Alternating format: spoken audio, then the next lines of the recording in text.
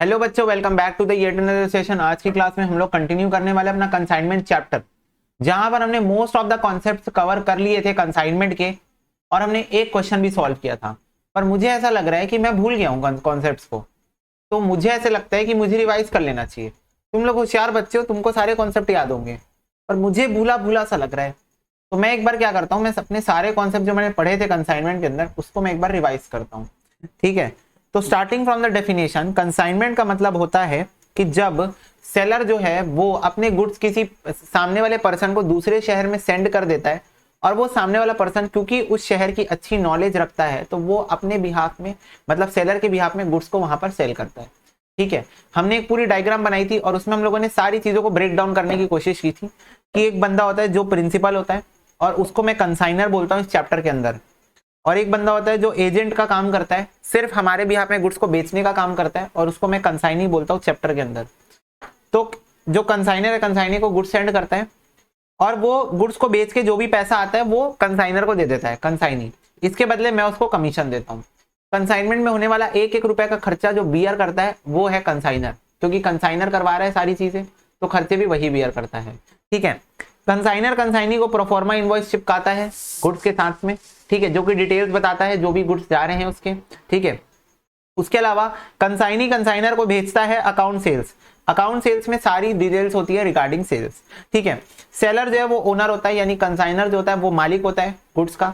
ठीक है, वो उसको प्रॉफिट रिसीव होता है फ्रॉम कंसाइनमेंट, तो वो प्रॉफिट का हिस्सेदार होता है, और सारे एक्सपेंसेस वही बियर करता है। कंसाइनी का काम होता है सिर्फ गुड्स को बेचना, गुड्स को बेच के कमीशन खाना, और कमीशन खाने के बाद कंसाइनर के बिहाफ में सारी गुड्स करने के बाद जो भी चीजें, जो भी उसको पैसा रिसीव हुआ है सेल से, उसको रेमिट कर देना कंसाइनर को। ठीक है, हमने पढ़ा था कि कंसाइनमेंट के अंदर दो टाइप के खर्चे होते हैं, एक होता है डायरेक्ट नेचर का खर्चा, एक होता है इनडायरेक्ट नेचर का खर्चा। तो एक चीज हमको दिमाग में बैठ चुकी है कि चाहे वो डायरेक्ट खर्चा हो या इनडायरेक्ट खर्चा हो, कोई भी खर्चा हो, all the expenses are going to be bear by consignor. Consignor ही सारे खर्चे बियर करेगा। डायरेक्ट एक्सपेंसेस वो एक्सपेंसेस होते हैं जो कि गुड्स यहां से गए हैं कंसाइनी के गोडाउन, ये कंसाइनी के गोडाउन का रेखा है, कंसाइनी के गोडाउन का एंट्रेंस गेट है, यहां तक के जो भी खर्चा होगा, यहां तक के जो भी खर्चा होगा इसके पहले के, वो सारे डायरेक्ट खर्चे होंगे, और इसके बाद से जो भी खर्चे होंगे वो सारे इनडायरेक्ट नेचर के खर्चे होंगे। क्यों? क्योंकि गोडाउन आते तक के गुड्स के ऊपर जो खर्चे हो रहे थे वो सारे गुड्स से ऊपर हो रहे थे, तो वो डायरेक्ट नेचर है। और गोडाउन आने के बाद गुड्स सेल होने चालू हो जाएंगे, तो सेल से रिगार्डिंग जो भी खर्चा होता है, सेल्स के रिगार्डिंग या सेल्स से रिलेटेड जो भी खर्चा होता है, दुनिया भर के खर्चे, वो इनडायरेक्ट नेचर के खर्चे होते हैं।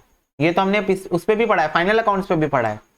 तो इसीलिए गोडाउन पहुंचते तक सारे खर्चे गुड्स के ऊपर होते हैं, तो वो डायरेक्ट नेचर होते हैं। और गोडाउन पहुंचने के बाद सेल से रिलेटेड खर्चे चालू हो जाते हैं, चाहे वो रेंट हो वेयर हाउस का, चाहे वो इंश्योरेंस कराना हो गुड्स का, चाहे वो मेरे सेलिंग एक्सपेंसेस हो, जो भी खर्चे हैं वो इनडायरेक्ट नेचर के क्लासीफाई हो जाते हैं। कंसाइनमेंट का जो अकाउंटिंग होती है वो मेजरली कंसाइनर के बुक्स के अंदर होती है, क्योंकि कंसाइनर इंटरेस्टेड है जानने में कि कंसाइनमेंट से उसको प्रॉफिट हो रहा है या लॉस। तो वो दो अकाउंट्स बनाता है, कंसाइनमेंट अकाउंट और कंसाइनिंग अकाउंट जनरली। और कंसाइनी अपने बुक में सिर्फ एक ही अकाउंट बनाता है, जो कि है कंसाइनर का अकाउंट। ठीक है, in the books of consignor जो भी जर्नल एंट्री पास होती है वो हमने देखी थी, एकदम नॉर्मल। कंसाइनमेंट के अकाउंट से हम उसको गो थ्रू करते हैं कि कंसाइनमेंट का अकाउंट कुछ नहीं है, सब्स्टिट्यूट है ट्रेडिंग अकाउंट का। जैसे ट्रेडिंग अकाउंट बनता है वैसे ही कंसाइनमेंट अकाउंट बनता है। परचेजेस की जगह यहाँ पर गुड्स सेंड आ जाता है। ठीक है, अगर कुछ ओपनिंग स्टॉक होगा तो वो भी आ जाएगा, कोई टेंशन की बात नहीं है। जो भी डायरेक्ट खर्चे कंसाइनर करता है वो यहाँ पर आ जाते हैं, कंसाइनी के डायरेक्ट इनडायरेक्ट जो भी खर्चे होते हैं वो यहाँ पर आ जाते हैं। बातों ही बातों में हमने एक चीज समझी थी कि कंसाइनर जो है वो सिर्फ डायरेक्ट नेचर के ही खर्चे कर सकता है, इनडायरेक्ट नेचर के खर्चे वो नहीं कर सकता, क्योंकि गोडाउन के बाद के सारे मुद्दे कंसाइनी संभालता है, तो कंसाइनर का वहां कोई इन्वॉल्वमेंट ही नहीं है। ठीक है, कंसाइनी के डायरेक्ट इनडायरेक्ट दोनों नेचर के खर्चे हो सकते हैं। कंसाइनी को कमीशन मिलती है, वो डेबिट हो जाता है, क्योंकि ये सारे खर्चे ही है हमारे। और फिर उसके बाद जो भी सेल होती है हम उसको क्रेडिट कर देते हैं। ठीक है, क्लोजिंग स्टॉक लिख लेते हैं, और फिर फाइनली बैलेंसिंग फिगर प्रॉफिट या लॉस ऑन कंसाइनमेंट आता है, उसको हम प्रॉफिट एंड लॉस अकाउंट में ट्रांसफर कर देते हैं। ठीक है, फिर हमने एक बहुत इंपॉर्टेंट टॉपिक पढ़ा था कि क्लोजिंग स्टॉक की वैल्यूएशन हम कैसे कर सकते हैं। तो क्लोजिंग स्टॉक की वैल्यूएशन करने के लिए मैं तुम लोग को बोला था कि सबसे पहला टारगेट है तुम्हारा पर यूनिट कॉस्ट निकालना। पर यूनिट कॉस्ट निकालने के लिए हमको दो चीजें चाहिए, नंबर ऑफ यूनिट चाहिए और टोटल कॉस्ट चाहिए जो कि उन गुड्स के ऊपर हुए हैं। तो वो हम कैसे निकालते थे, जो भी हमारी परचेज की कॉस्ट हुई है उसमें हम डायरेक्ट एक्सपेंसेस बाय कंसाइनर और डायरेक्ट एक्सपेंसेस बाय कंसाइनी दोनों को ऐड कर देते थे। तो हमको टोटल कॉस्ट मिल जाती थी। Only direct expenses are needed to be considered. Total cost आने के बाद उसको नंबर ऑफ यूनिट्स हम डिवाइड करते थे तो हमको क्या मिल जाता था, पर यूनिट कॉस्ट। पर इसमें भी हमने दो चीजें सीखी थी कि अगर आपका लॉस हो रहा है जो कि नॉर्मल या एबनॉर्मल नेचर का है, जो कि होता ही है जनरली, ठीक है, तब पर यूनिट कॉस्ट निकालने का सिस्टम थोड़ा सा चेंज हो जाएगा। तब आपको क्या करना है, जो भी टोटल यूनिट्स होंगे उसमें से नॉर्मल लॉस को माइनस कर देना है। एबनॉर्मल लॉस को नहीं करना है माइनस, सिर्फ नॉर्मल लॉस को माइनस कर देना है, तो आपकी नई पर यूनिट कॉस्ट आएगी। क्यों? क्योंकि नॉर्मल लॉस वो लॉस होती है विच इज अनकंट्रोलेबल, मैं इसको कंट्रोल नहीं कर सकता, which is unavoidable in nature, तो इसको मैं कस्टमर से रिकवर करता हूं। पर एबनॉर्मल लॉस उस टाइप की कॉस्ट है जिसको मैं कंट्रोल कर सकता था, जो कि अवॉइडेबल थी, but because of some my mistake, मेरे साइड से कुछ गलती हो गई, तो उस वजह से वो कॉस्ट मेरे को बियर करनी पड़ जाएगी। तो ये कॉस्ट मैं खुद बियर करता हूं, तो इसलिए पीएनएल अकाउंट में ट्रांसफर हो जाता है, मेरा लॉस है। और ये कॉस्ट जो है वो एब्जॉर्ब हो जाती है बाय गुड यूनिट्स। जो अच्छे यूनिट्स होते हैं वो इस कॉस्ट को अपने अंदर एब्जॉर्ब कर लेते हैं और कस्टमर से वसूल लेते हैं, ठीक है। फिर फाइनली हमने बात की थी कि हमको कमीशन जो कंसाइनमेंट के अंदर देखने को मिलेगी वो तीन टाइप की देखने को मिलेगी। एक हुई ऑर्डिनरी कमीशन जो सेल्स पे मिलती है नॉर्मली, या सेल्स करोगे तो 5% कमीशन, 10% कमीशन देंगे।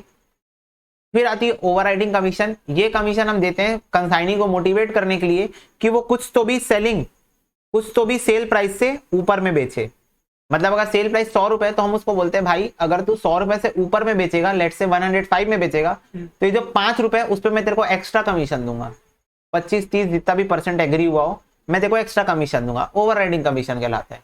पर्पस क्या है? मोटिवेट करना कंसाइनी को कि वो महंगे में बेचे सामान। डेल क्रेडिटर कमीशन होता है कि अगर कंसाइनी क्रेडिट सेल्स कर रहा है तो बैड डेट्स होने के चांसेस बहुत ज्यादा बढ़ जाते हैं। तो उस सिचुएशन में बैड डेट्स का बर्डन अगर कंसाइनर बियर नहीं करना चाहता है तो वो कंसाइनी को बोलेगा कि हम आपको और एक और तीसरी कमीशन देंगे, डेल क्रेडिटर कमीशन, प्रोवाइडेड कि जो भी बैड डेट्स होंगे, क्योंकि आप क्रेडिट सेल्स कर रहे हो तो जो भी बैड डेट्स होंगे वो आप बियर करोगे, मैं नहीं। तो बैड डेट्स को अपने ऊपर से हटाने के लिए डेल क्रेडिटर कमीशन का उपयोग किया जाता है।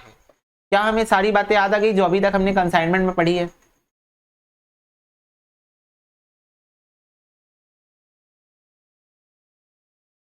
ठीक है, यस।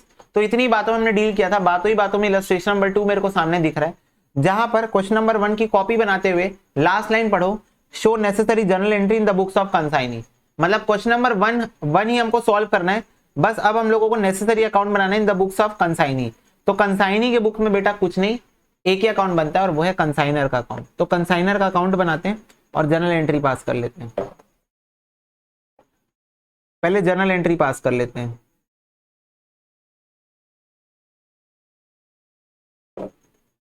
पहली एंट्री कब होगी? पहली एंट्री कब होगी?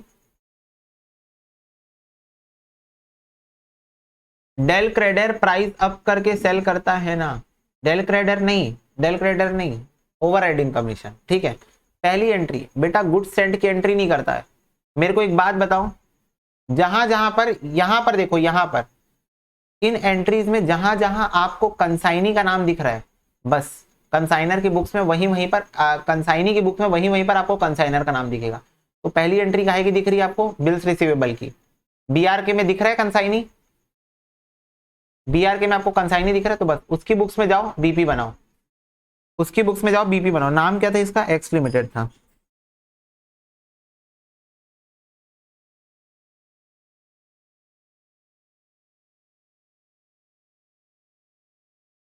ठीक है।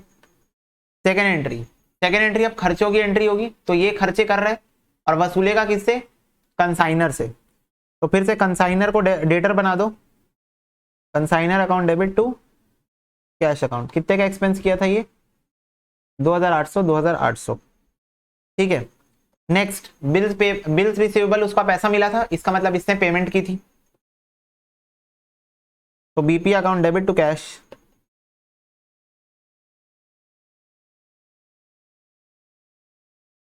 नेक्स्ट इसने सेल्स मारी थी, तो डेटर अकाउंट डेबिट, अपने बुक्स में डेटर बनाएगा ना जिसको भी सेल्स किया था, वो जिसको भी, ये कस्टमर है, ये customer account debit, debtor account debit to consignor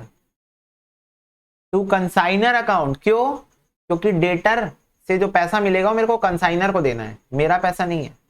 this is not, मेरे को बताओ क्या ये मेरी सेल्स है? क्या ये मेरी सेल्स है? नहीं, ये कंसाइनर की सेल्स है बच्चों। तो मेरी सेल्स होती है, मैं debtor account debit to sales लिखता हूँ। कंसाइनर की सेल्स है, मैं लिखूंगा debtor account debit to consignor 55,000।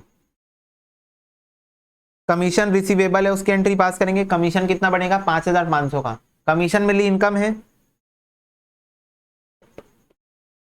To commission account,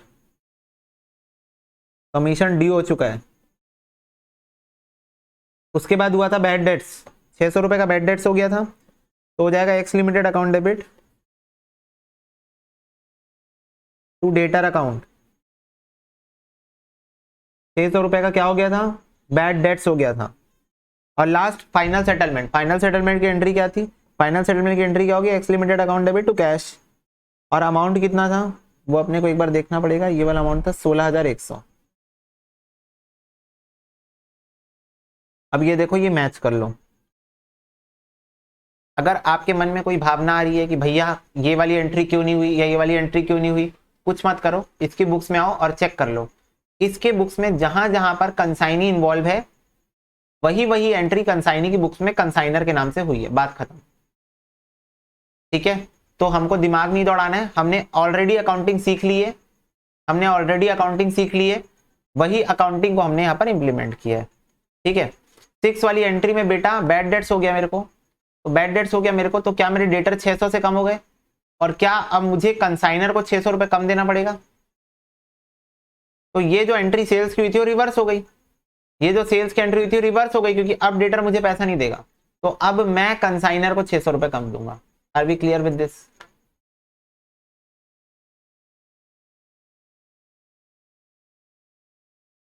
clear है?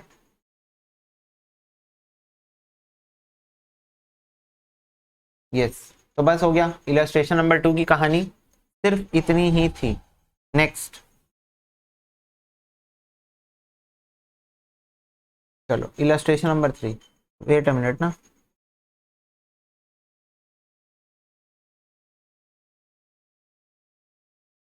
$1,000 toys consigned by Rossi and company of Calcutta to Sahu of Srinagar at a cost of 150 रुपए ईच। ठीक है, रोजी एंड कंपनी पे कर रही है फ्रेट 10,000 का, इंश्योरेंस 1,500 का। During the voyage 100 toys were totally damage by fire and had to be thrown on overboard. Sahu to delivery of the remaining toys and pay कर रहा है 14,400 कस्टम ड्यूटी। साहू सेंड कर रहा है बैंक ड्राइव रॉय को 50,000 रुपए का एडवांस पेमेंट के तौर पे, और लेटर सेंड करेगा अकाउंट सेल्स जिसमें 800 टॉयज उसने 220 रुपए ईच के हिसाब से बेच दिए हैं।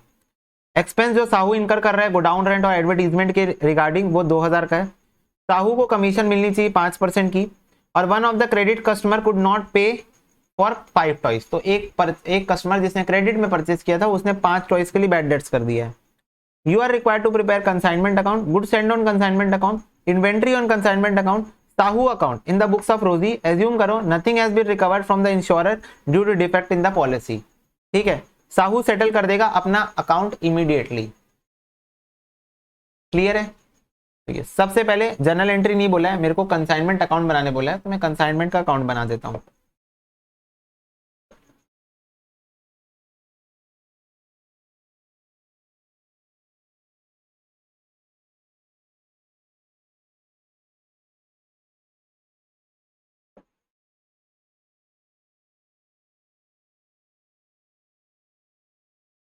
कंसाइनी का अकाउंट बनाना है तो साहू का भी अकाउंट बनाते हैं।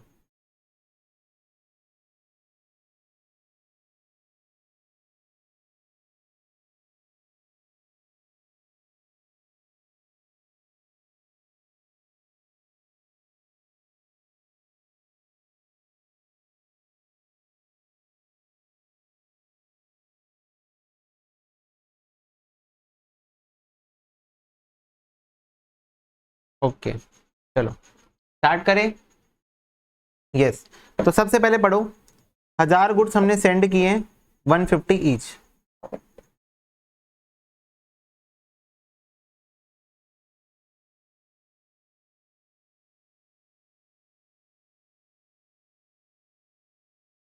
$1,50,000, ठीक है, to goods send on consignment. ठीक है, 1.5 लाख के गुड्स सेंड हुए। रोजी पे कर रही है 10,000 रुपए फ्रेट का, 1,500 रुपए इंश्योरेंस का, तो this is direct expenses by consignor. बोलो हाँ।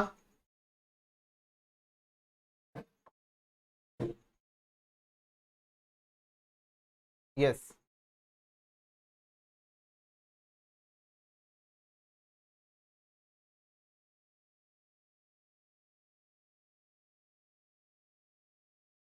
$11,500।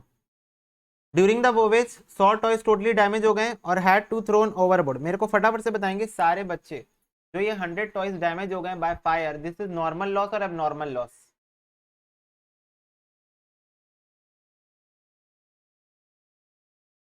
Abnormal in nature. तो ये देखो, ये क्वेश्चन बोल क्या रहा है मेरे से, क्वेश्चन बच्चों बोल रहा है मेरे से कि मैं जो गुड्स भेजा हूं,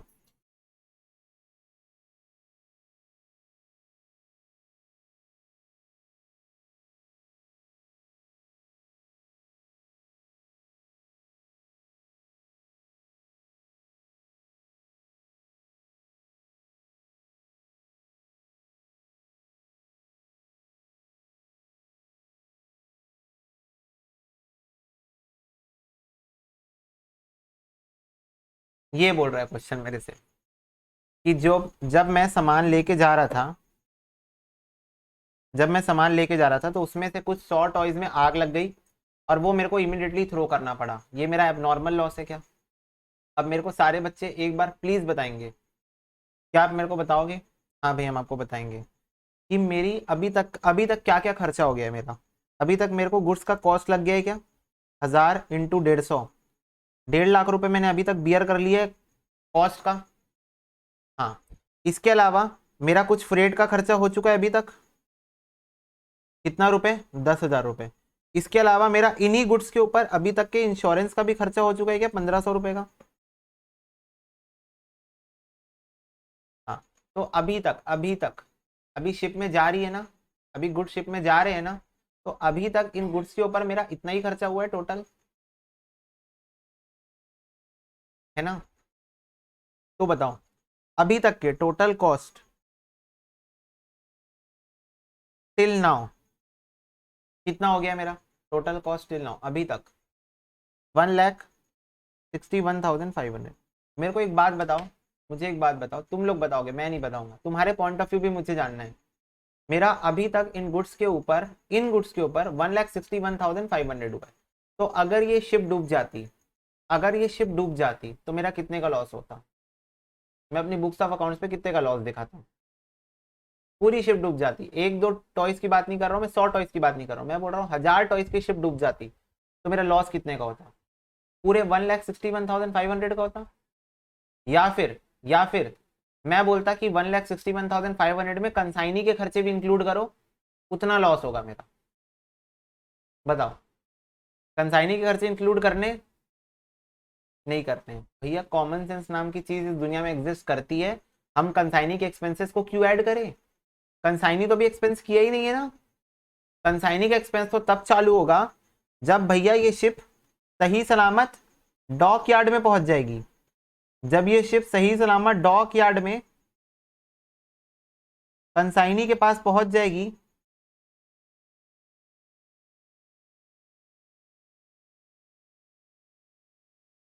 जब ये शिप सही सलामत डॉक यार्ड कंसाइनी के पास पहुंच जाएगी, तब ना कंसाइनी के खर्चों की प्रक्रिया शुरू होगी।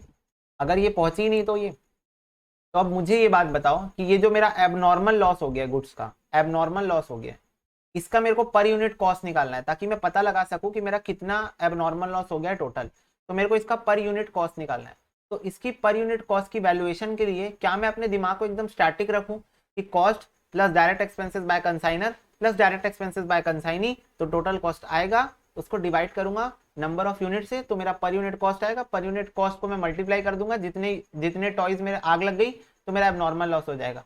या फिर मैं दिमाग लगाऊं कि वो जो फॉर्मूला है उस पर थोड़ा चेंजेस होगा, क्वेश्चन के डिमांड के अकॉर्डिंग। क्या चेंजेस होगा कि वो जो फॉर्मूला है वो भैया बात कर रहे थे कि अगर गोडाउन में लॉस हो जाए, अगर गोडाउन में लॉस हो जाए तो गोडाउन अगर गुड्स पहुंच गए, इसका मतलब उसमें कंसाइनर के भी खर्चे हो चुके हैं, कंसाइनी के भी खर्चे हो चुके हैं, दोनों के एक्सपेंसेस उसमें ऑलरेडी हो चुके हैं, तो उसके बारे में बात कर रहे थे। पर अभी सिचुएशन बदल गई है, अभी क्वेश्चन बोल रहा है रास्ते में ही गुड्स डिस्ट्रॉय हो गए, एबनॉर्मल लॉस हो गया। तो क्योंकि अभी ऑन द वे रास्ते में ही गुड्स डिस्ट्रॉय हो गए हैं, तो अभी तक इन गुड्स के ऊपर जितना खर्चा हुआ है, क्या उतने ही खर्चों का प्रपोर्शन निकालूंगा मैं? बोलो। यस। तो बेटा ये जो खर्चा हुआ है मेरा, ये जो खर्चा हुआ है मेरा, तुम चाहो तो पर यूनिट कॉस्ट निकाल लो।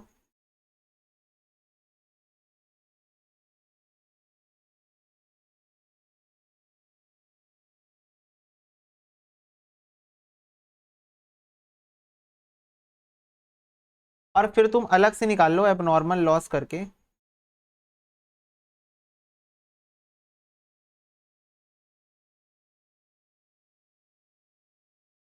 ऐसे, या फिर ऐसे कर सकते थे। 1,61,500 ये खर्चा हुआ है 10,000 यूनिट्स के ऊपर। तो 100 यूनिट्स का प्रपोर्शन कितना हो गया, प्रपोर्शनेट कर लो। प्रपोर्शनेट कर दो कि अगर ये खर्चा 10,000, बात एक ही है। अगर तुम ऊपर और नीचे देखोगे बात तो सेम ही है। 10,000 से डिवाइड, 100 से मल्टीप्लाई, और वो डायरेक्टली कर सकते हो। तीसरा तरीका, तीसरा तरीका, 100 यूनिट्स बर्बाद हुए हैं 150 वाले,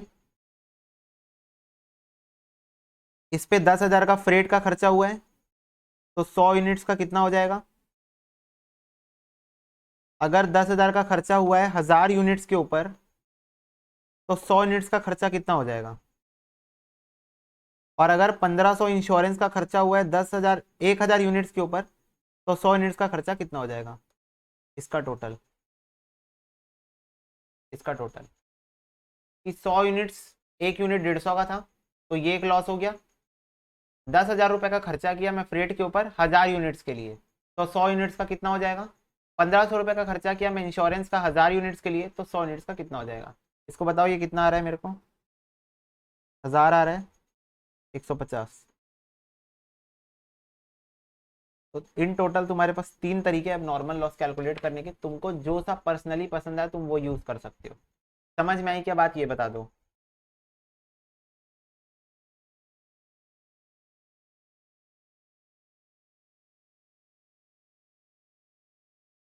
ठीक है।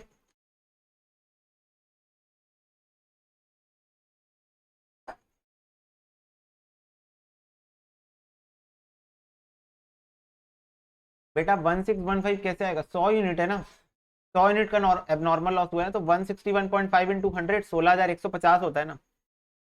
दूसरी बात, कुछ बच्चों के थर्ड वाला मैथडोलॉजी नहीं समझ में आया, तो थर्ड वाला मेथड, मेरे को एक बात बताओ तुम लोग, मैं जनरल कंटेक्स में पूछ रहा हूँ तुम लोग से।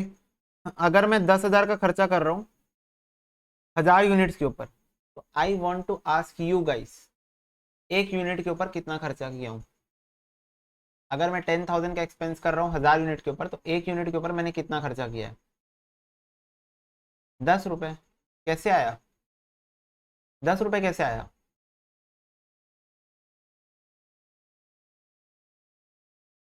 डिवाइड कर दिए, किसको डिवाइड कर दिए, 10,000 को 1,000 से डिवाइड कर दिए, तो 10 रुपये आ गया पर यूनिट। तो 100 यूनिट्स के लिए कितना खर्चा किए होगे, तो 100 यूनिट्स के लिए कितना खर्चा किए होगे, 1,000 रुपये। अब ये जो चीज आपने 2 स्टेप में सॉल्व की, क्या हम इतने होशियार नहीं है कि हम इस चीज को एक स्टेप में सॉल्व कर पाए। क्या हम इतने होशियार नहीं कि हम ये सेम चीज को एक स्टेप में सॉल्व कर पाए। बोलो, क्या हम इतने होशियार नहीं है कि हम ये सेम चीज को एक एक स्टेप में ला पाए। क्या कर रहे हैं, दो चीज जो हम अलग अलग ले रहे थे उसको हम मर्ज कर दे रहे हैं। हम डिवाइड अलग कर रहे थे, पर यूनिट निकाल रहे थे, फिर पर यूनिट को नंबर ऑफ यूनिट्स जितने लॉस हो गए उससे मल्टीप्लाई कर रहे थे, तो हमने यहाँ पर दिमाग लगाया। ठीक है। मेरे को एक बात बताओ, एबनॉर्मल लॉस मेरे को जो हुआ है वो कॉस्ट पे वैल्यू होगा। सारे बच्चे बताएंगे एबनॉर्मल लॉस जो मेरे को हुआ है वो कॉस्ट पे वैल्यू होगा। हाँ, कॉस्ट पे वैल्यू होगा, है ना। तो कितनी कॉस्ट हुई इसके ऊपर खर्चा, कितना कॉस्ट खर्चा हुआ। तो मेरे को समझ में आया कि आज तक जिस दिन इस कोर्स में आग लगी उस दिन तक मैंने इसको खरीदने का खर्चा किया था, इसके ऊपर मैंने फ्रेट का कुछ खर्चा किया था थोड़ा मोड़ा, और कुछ इंश्योरेंस का खर्चा किया था। तो मैं उसी को निकालूंगा ना कि इसके ऊपर कितने खर्चे किया था। तो एक तो उसको खरीदने के ऊपर खर्चा किया था, एक उसके ऊपर फ्रेट का भी खर्चा किया था मैंने, और इंश्योरेंस का भी। तो इस गुड्स के ऊपर, इन 100 यूनिट्स के ऊपर मैंने आज तक 16,150 रुपये खर्चा किया था। आ रही बात समझ में। तो guys the 3 methods are here. You can solve from whatever method you want. ठीक है, कई बार ऐसा हो सकता है कि क्वेश्चन स्पेसिफिकली किसी एक मेथड का डिजाइन कर दे क्वेश्चन, तो इसलिए मैंने तुमको सारे बताए अपने साइड से। ठीक है, ओके। चलो, तो एबनॉर्मल लॉस कहाँ आएगा? क्रेडिट साइड आएगा। एबनॉर्मल लॉस ट्रेडिंग अकाउंट में क्रेडिट साइड आता है, यहाँ भी क्रेडिट साइड आएगा।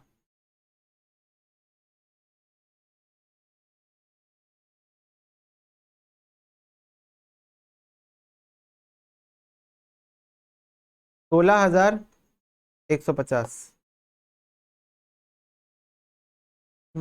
14,400 कस्टम ड्यूटी। 50,000 का एडवांस ड्राफ्ट भेज रहे हैं। 800 ₹200 एक्सपेंसेस गो डाउन 2,000 के। ओके, साहू के टोटल खर्चे कितने हो रहे हैं जरा देख के बताना। एक ये है और एक ये है, तो 16,400 के टोटल खर्चे हो रहे हैं साहू के।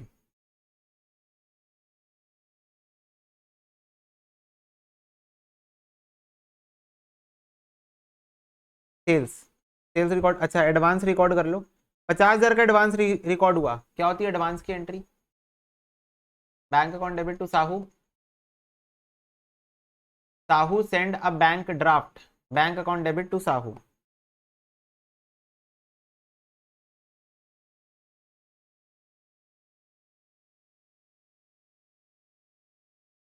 बाय कंसाइनमेंट बेटा एक्सपेंस के लिए, जो अभी तक के उसने एक्सपेंसेस कर लिए ना 16,400 के, कस्टम ड्यूटी और वो मिला के उसके लिए। इसके अलावा अभी तक साहू कहीं भी इन्वॉल्व नहीं है। 800 टॉयज ₹220 में बेच दिया, तो बाय साहू 800 टॉयज ₹220 में बेच दिया, कितने की हो गई सेल्स बताओ?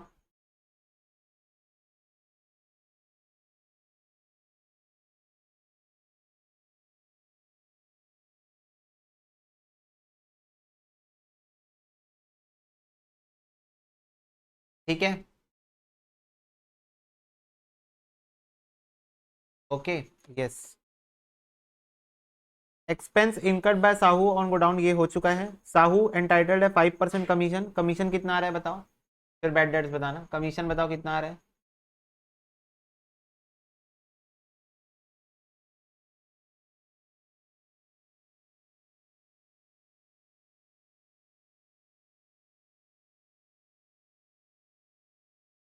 $8,800 का कमीशन आ रहा है, 5% निकाल लो सीधा 1,76,000 का। ठीक है, सही है। और बैड डेट्स कितने का हो गया है? 5 टॉयज का अमाउंट पे नहीं कर पाया कस्टमर, 5 टॉयज का अमाउंट पे नहीं कर पाया, तो बैड डेट्स कितने का हो जाएगा बच्चों? 1,100 का हो जाएगा ना, ₹220। ₹220 पर टॉय, तो 5 × 220, ₹1,100 हो जाएगा। क्लियर है? इसके बाद बस हो गया। अब मेरे को एक बात बताओ, हजार हजार यूनिट्स मैंने भेजे थे, एग्रीड? 1,000 टॉयज मैंने भेजे थे, 100 में आग लग गई है, 800 बिक गए। क्लोजिंग स्टॉक है कि नहीं बताओ? क्लोजिंग स्टॉक है कि नहीं है बताओ? है।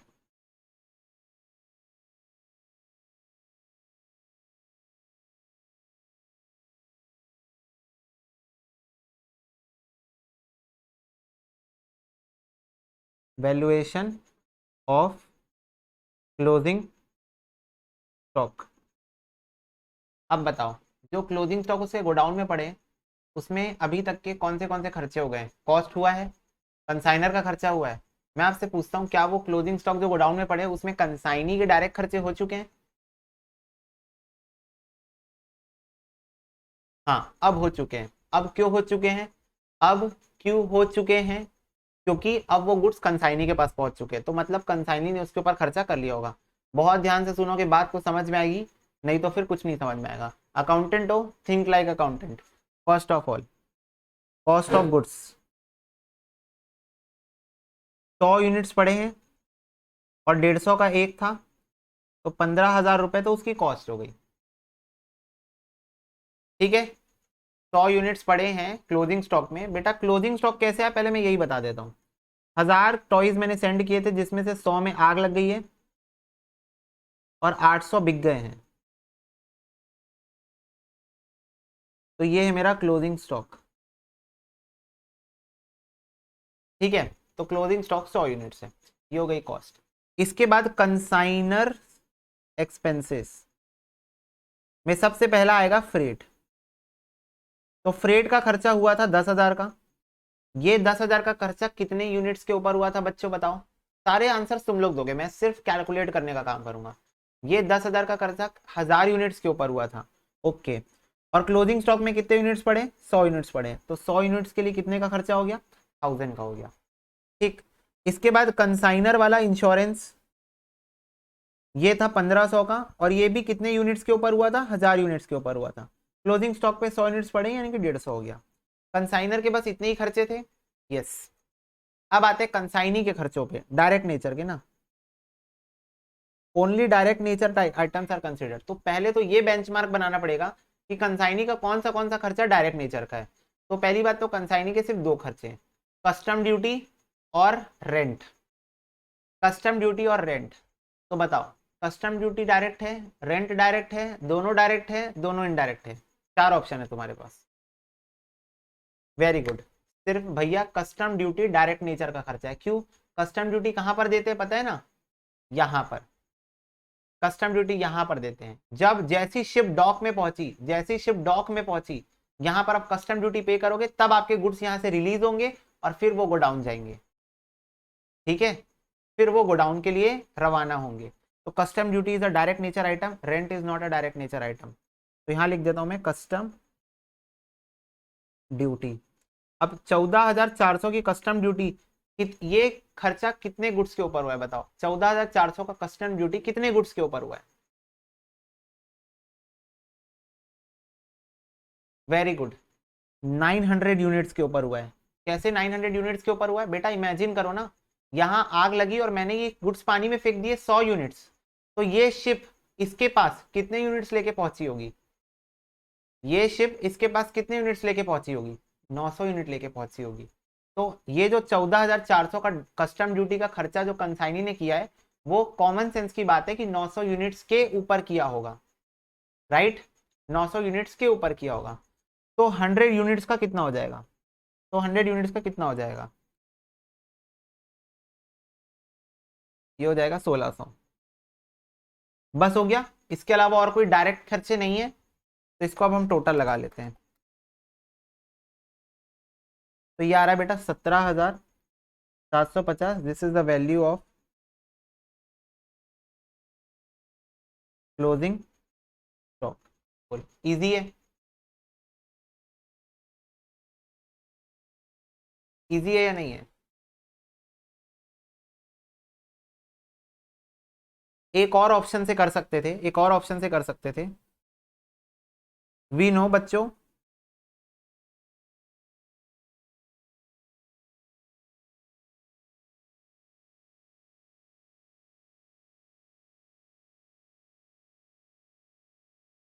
व्हाट इज द पर यूनिट कॉस्ट टिल ट्रांजिट 161.5। ये हमको ऑलरेडी पता था कि ट्रांजिट तक का 161.5 का पर यूनिट कॉस्ट है, क्योंकि हम उसको निकाल चुके थे। हम उसको ऑलरेडी निकाल चुके थे कि कंसाइनर वाले खर्चे तक का, कंसाइनर जहां तक खर्चे किए वहां तक का पर यूनिट कॉस्ट हमको ऑलरेडी पता था। ठीक है, तो अब इसमें एडिशनली सिर्फ एक ही खर्चा हुआ था और वो था कंसाइनी का खर्चा। तो इसमें हम ऐड कर देते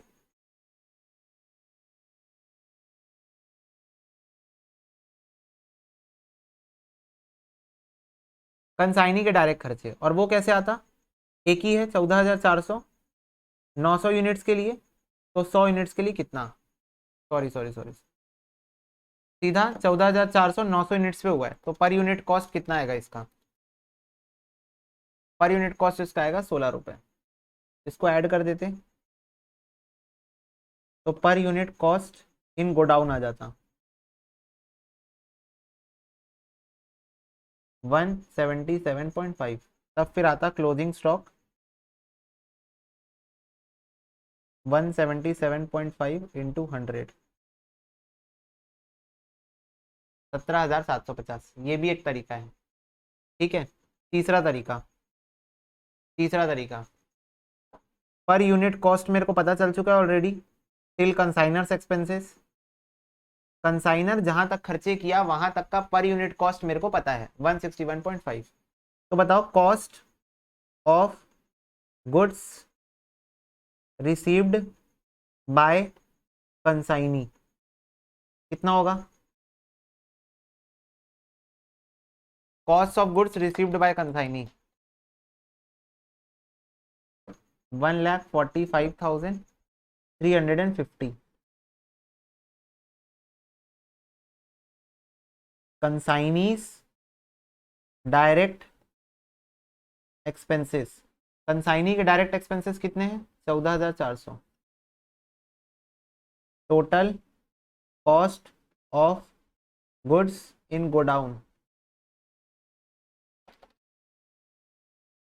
1,59,750 divided by number of units in godown 900। तो ये आ जाएगा 177.5 पर यूनिट कॉस्ट। तो क्लोजिंग स्टॉक 100 इंटू 177.5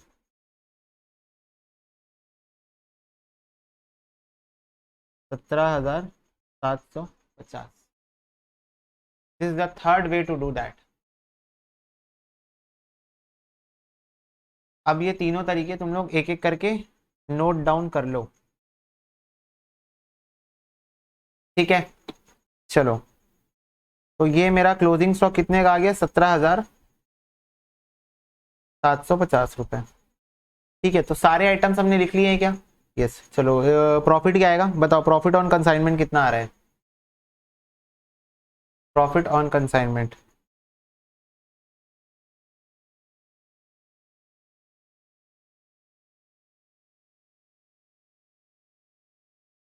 बताओ जी, बताओ। 22,100।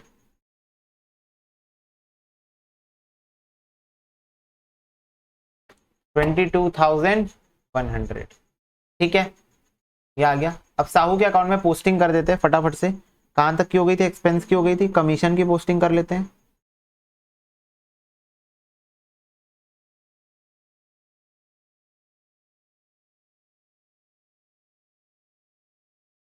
बैड डेट्स की पोस्टिंग कर रहे हैं। सेल्स की हो गई है, बस हो गया। इतनी पोस्टिंग है ना साहू के अकाउंट में। साहू का बैलेंसिंग फिगर निकालो, जल्दी जल्दी निकालो।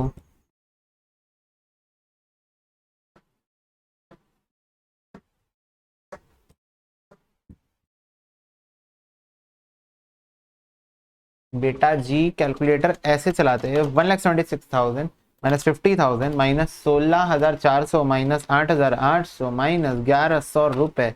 इतना फास्ट, ठीक है। 99,700 बाय बैंक, क्योंकि क्वेश्चन में लिखा था कि जो भी बैलेंस अमाउंट आएगा वो साहू इमीडिएटली सेटल कर देगा। लिखा था ना क्वेश्चन में, लिखा था ना क्वेश्चन में। हाँ, ठीक है, तो ये हो गया। और कुछ कुछ अननेसेसरी चीजों की डिमांड किया क्वेश्चन पर, हम लोग बना देते। बना नहीं रहा हूं मैं, तुम लोग को दिखा देता हूँ। Good send on consignment account, inventory on consignment account, ये पूछा है दो अकाउंट। तो मैं तुम लोग को सॉल्यूशन से दिखा देता हूँ, क्योंकि ये बात तुम लोग को ऑलरेडी पता है कि पहली एंट्री होती है consignment account debit to good send on consignment account, और फिर लास्ट में जनरल एंट्री ट्रांसफर कर देते हैं ट्रेडिंग अकाउंट में, करते हैं ना। Good send on consignment account debit to trading account. ये दूसरा इन्वेंट्री, इन्वेंट्री तो इन्वेंट्री ऑन कंसाइनमेंट मतलब basically closing stock account debit to consignment account, closing stock account debit to consignment account, और balance carried down, ठीक है। तो कभी कभी क्वेश्चन डिमांड कर देता है, तो हमको इसकी डिमांड फुलफिल करनी पड़ेगी, क्योंकि पेपर में तो क्वेश्चन ही भगवान है, ठीक है। ओके भैया, चलो सेवा में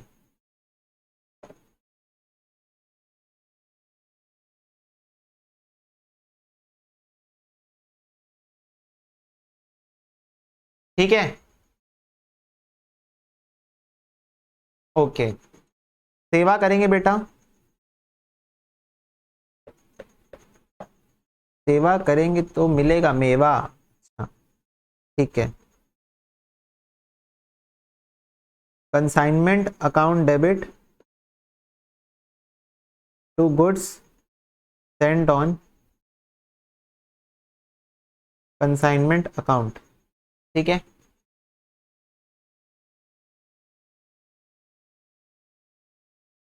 1,50,000 1,50,000। ठीक, यहाँ से देखते जाओ करते जाओ। To consignment account debit to bank,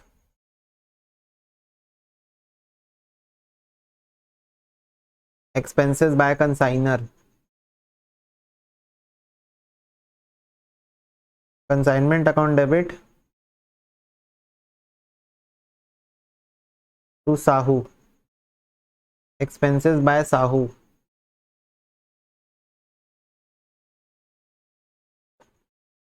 bank account debit to Sahu,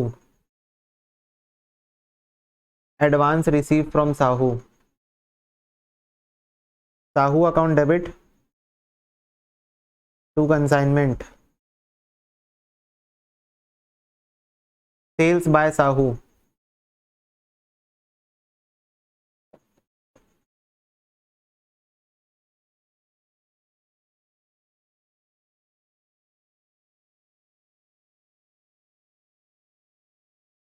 abnormal loss account debit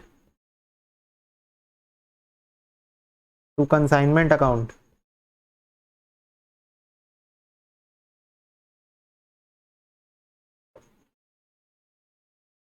$16,150, profit and loss account debit to abnormal loss account,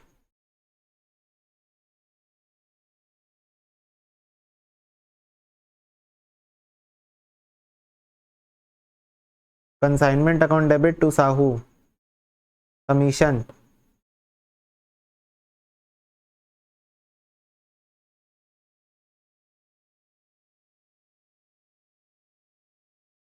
consignment account debit to Sahu, bad debts,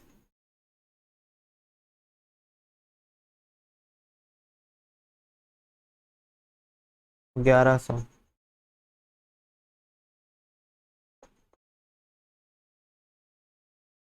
goods sent on consignment account debit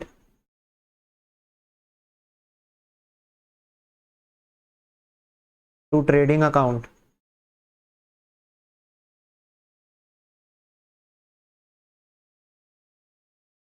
consignment account debit to profit and loss account, profit on consignment, 22,100, bank account debit to Sahu, 99,700। Okay, हो गया।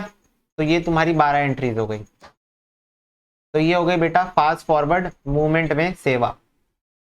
Good send की entry, direct expenses by consignor, direct expenses by consignee, bank draft received, sales made, abnormal loss की entry, PNL में transfer, consignment commission की entry, bad debts की entry, transfer to trading account की entry, consignment account debit to PNL, profit on consignment की entry, और ये final settlement की entry. 6 नंबर एंट्री में बेटा abnormal loss debit all expenses and losses, तो एबनॉर्मल लॉस डेबिट होगा, तो abnormal loss account debit to consignment account. बेटा कोई भी लॉस जो होता है ट्रेडिंग अकाउंट में क्रेडिट साइड आता था ना, और पीएनएल में debit side. 5th entry sales की है, 5th एंट्री सेल्स की है, साहू अकाउंट डेबिट, क्योंकि मेरे को साहू से पैसा मिलेगा, क्योंकि साहू मेरे बिहाफ में सेल कर रहा है, तो साहू अकाउंट डेबिट, और टू कंसाइनमेंट, कंसाइनमेंट के क्रेडिट साइड आता है incomes and gains, all the incomes and gains, तो ये क्रेडिट साइड कंसाइनमेंट। ठीक है, सेल्स है बेटा, this is as good as sales, trading account का सेल्स क्रेडिट साइड आता है। 10th एंट्री तो ट्रांसफर एंट्री है, इस पे कोई डिस्कशन नहीं करना है मेरे को।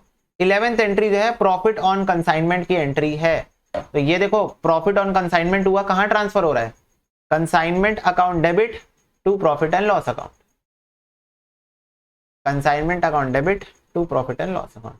और लास्ट 12वीं एंट्री में पैसा मिलेगा, पैसा मिलेगा, bank account debit to Sahu account, bank account debit to Sahu, bank account debit to Sahu, 12वीं एंट्री में पैसा मिल गया।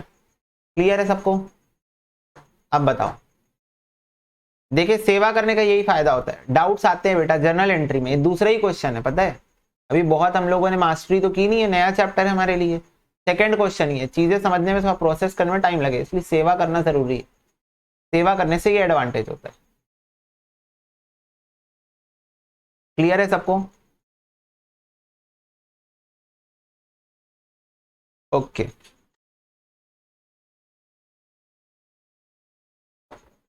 नेक्स्ट क्वेश्चन देखो। Nike sports company of new Delhi consign कर रहा है 100 shoes to Adidas company Ahmedabad, जो कि 1500 रुपए की एक है, 2000 रुपए में इनवॉइस हुई है। अच्छा, इनवॉइस प्राइस का ये कॉन्सेप्ट आ रहा है, तो मैं तुम लोगों को एक नया कॉन्सेप्ट के ऊपर चर्चा करता हूं। होता क्या है इसमें, ये मैं इसी क्वेश्चन में बता दूंगा। करते क्या है वो मैं इसी क्वेश्चन में, पर एक चर्चा करना चाहता हूं मैं। हेडिंग डालो, goods send on invoice price. तो पहले तो मैं इनवॉइस प्राइस का मतलब आपको बताता हूं। तो देखो, ये है कंसाइनर और ये है कंसाइनी, और ये है कंसाइनर का सप्लायर।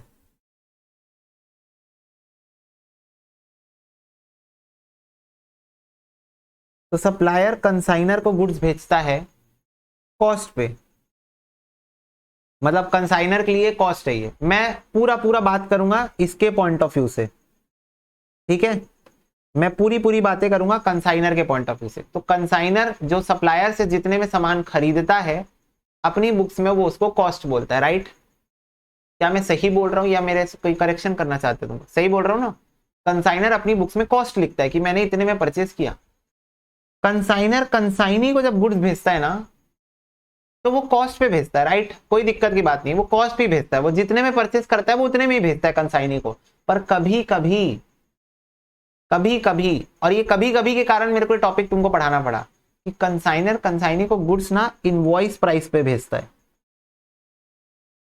किस पे भेजता है? इनवॉइस प्राइस पे। और कंसाइनी फिर सामने वाली पार्टी यानी कस्टमर को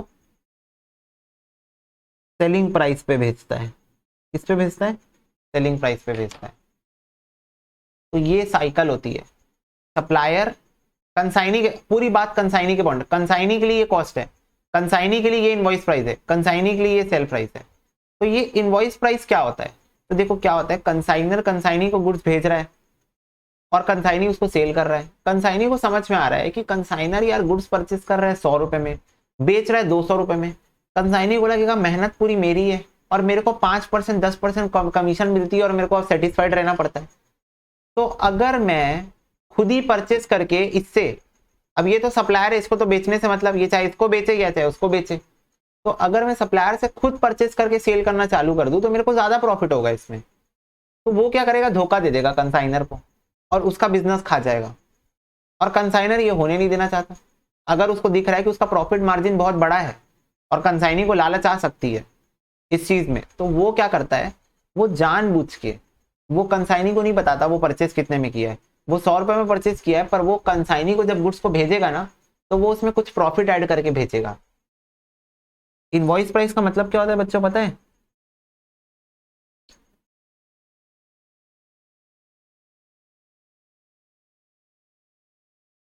जो भी कॉस्ट होता है ना, उसमें थोड़ा सा प्रॉफिट ऐड कर देना, और उसको अपन लोड बोलते हैं, लोड बोलते हैं हम लोग उसको।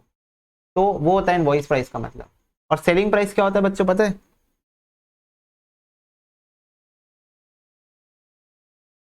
इनवॉइस प्राइस पे प्रॉफिट ऐड कर देना, वो होता है सेलिंग प्राइस। इनवॉइस प्राइस जो भी है उस पे प्रॉफिट ऐड कर दो। आ रही बात समझ में? तो अब इस चीज को मेरी बहुत ध्यान से सुनना, बहुत क्रिटिकल चीज है ये।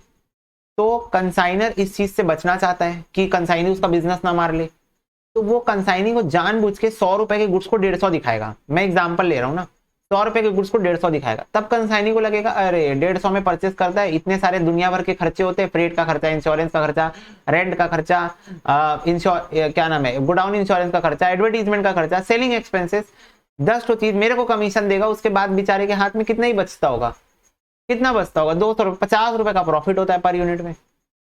उसको ऐसा फीलिंग आएगा, उसको नहीं पता कि 50 रुपए का प्रॉफिट उसको और इधर भी हो रहा है। ठीक है, वो उसको ज्यादा दिखा रहा है जानबूझ के, पर उसको ऐसी फीलिंग आएगी। तो कंसाइनी बोलेगा कोई बात नहीं, मेरे को कमीशन मिल रहा है, मेरे को कमीशन मिलने से मतलब, I am receiving the commission, मेरे को इसी से मतलब है। तब फिर वो इस बारे में कभी नहीं सोचेगा कि मैं कंसाइनर का बिजनेस मार्केट जो है वो खा जाऊं। तो ये पर्पस होता है कंसाइनर का इनवॉइस प्राइस में गुड्स को भेजने का। आ रही बात समझ में? तो ये होता है मीनिंग ऑफ इनवॉइस प्राइस। तो अभी तक मैं सिर्फ बात कर रहा था कि इनवॉइस प्राइस का मीनिंग क्या होता है, बट इसमें एक दिक्कत है। पूछो क्या दिक्कत है? Accrual basis of accounting violate हो जा रहा है। अगर आप एक ऐसा गुड्स, एक ऐसी गुड्स जो 100 रुपए की है कॉस्ट की, पर आप उसको 150 दिखा रहे हो अपने बुक्स ऑफ अकाउंट्स पे, ठीक है, तो don't provide for any anticipated gains but provide for all anticipated losses, that is prudence और कंजर्वेटिज्म प्रिंसिपल का वायलेट कर दोगे, क्योंकि आप एक ऐसा प्रॉफिट बुक कर ले रहे हो जो कि प्रॉफिट आपका हुआ ही नहीं है। तो आपको अपनी बुक्स ऑफ अकाउंट्स में देखो, कंसाइनी को तो मैं भेजूंगा 100 रुपए के गुड्स 150 में, ठीक है, तो इसको समझना मेरी बात को। कंसाइनमेंट अकाउंट, जब मैं कंसाइनमेंट का अकाउंट बनाऊंगा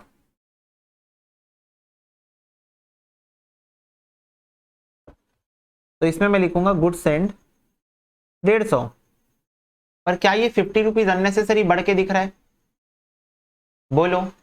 और मेरी बुक्स ऑफ अकाउंट्स को ये चीज थोड़ी समझ में आती है। बुक्स ऑफ अकाउंट्स के पास ब्रेन थोड़ी है, वो तो एक सॉफ्टवेयर है, सॉफ्टवेयर में डेटा फीड कर रहा हूँ, उसको ये समझ में थोड़ी आ रहा है। तो क्या मेरे को सही प्रॉफिट या लॉस निकल के मिलेगा?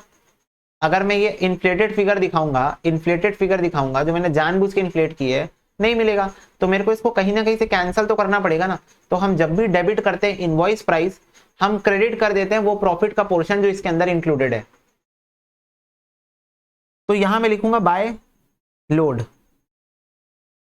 लोड ऑन गुड सेंड 50 रुपए। इसके अंदर कितने का प्रॉफिट इंक्लूडेड है? इसके अंदर कितने का प्रॉफिट इंक्लूडेड है? 50 रुपए का। तो 50 रुपए को हम हटा देंगे। तो अब मेरे को एक बात बताओ, कायदे से गुड्स कितने के थे? कायदे से गुड्स की कॉस्ट कितनी थी जो मेरे को कंसाइनमेंट अकाउंट में डेबिट करनी है? गुड्स की कॉस्ट कितनी थी बच्चों? 100 रुपए। तो टू गुड्स सेंड कायदे से 100 रुपए होना चाहिए था, पर ये इनवॉइस प्राइस के कारण मैंने उसको 150 लिखा, पर मैंने 50 क्रेडिट कर दिया। तो ये वही बात हो गई, कान ऐसे पकड़ो, कान ऐसे पकड़ो, ऐसे पकड़ो, ऐसे पकड़ो, ऐसे पकड़ो, ऐसे पकड़ो, वही बात हो गई क्या? तो घूम फिर के मेरा अकाउंट्स का पर्पस भी सर्व हो गया और मेरा बिजनेस भी नहीं, मेरा बिजनेस भी बच गया। दोनों चीज हो गई ना, दोनों चीज सर्व हो गई। मैं कंसाइनी को गुड्स भेज दिया 150 में, और मैंने डेबिट क्रेडिट करके नेट ऑफ में एक्चुअल अमाउंट भी कंसिडर कर लिया, एक्चुअल अमाउंट भी मैंने कंसिडर कर लिया। तो बस इनवॉइस प्राइस का कॉन्सेप्ट आपको यही बोलता है, बाकी सारी बातें सेम होगी।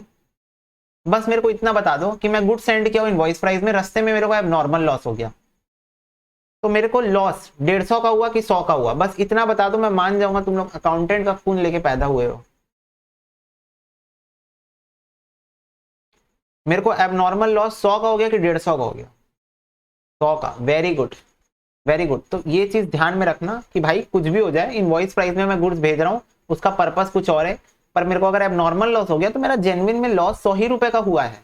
तो जो एबनॉर्मल लॉस वगैरह की क्लोजिंग स्टॉक वगैरह वैल्यूएशन जो भी चीज होती है, मेरे को ध्यान में रखनी है कि भाई कॉस्ट पे लेनी है मेरे को सारी चीजें, है ना। एबनॉर्मल लॉस मेरे को कॉस्ट पे लेनी है। क्लियर हो रही है बात? यस। तो यही है इनवॉइस प्राइस का कॉन्सेप्ट। अब क्वेश्चन करते करते एक बार समझते हैं कि कैसी एक्चुअल अकाउंटिंग इसकी चलती है, ठीक है, बुक्स में। तो यहाँ देखो, फिर से एक बार क्वेश्चन को शुरू से पढ़ना स्टार्ट करते हैं। देखो, Nike sport company new Delhi की है, कंसाइन कर रही है 100 जूते अहमदाबाद को, जिसकी कॉस्ट 1500 है, पर इनवॉइस प्राइस 2000 है। देखो दिख रहा है, 1500 का जूता 2000 दिखा रहा हूं मैं। कंसाइनर पे कर रहा है फ्रेट 10,000 का और insurance in transit 1500। During transit 10 जूते कंप्लीटली डैमेज हो गए, ठीक है। Adidas company took delivery of remaining shoes और पे कर रहा है 1530 का ऑक्ट्रॉय ड्यूटी।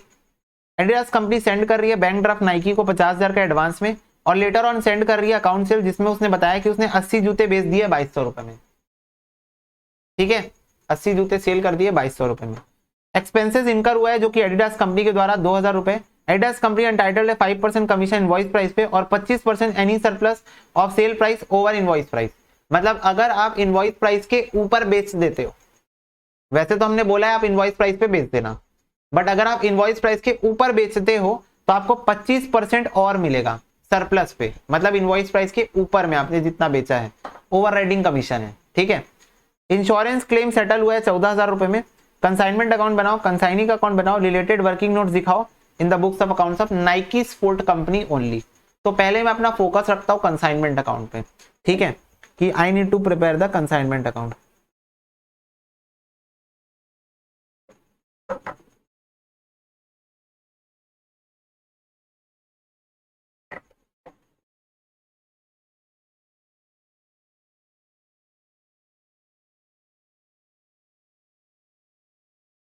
कंसाइनी का नाम क्या है? Adidas company.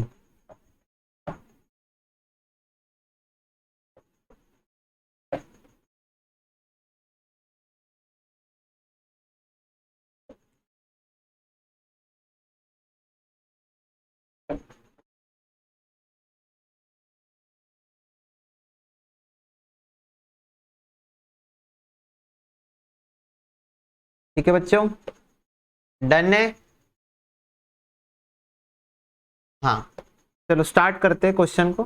तो सबसे पहले 100 जूते भेजो 2,000 ईच में।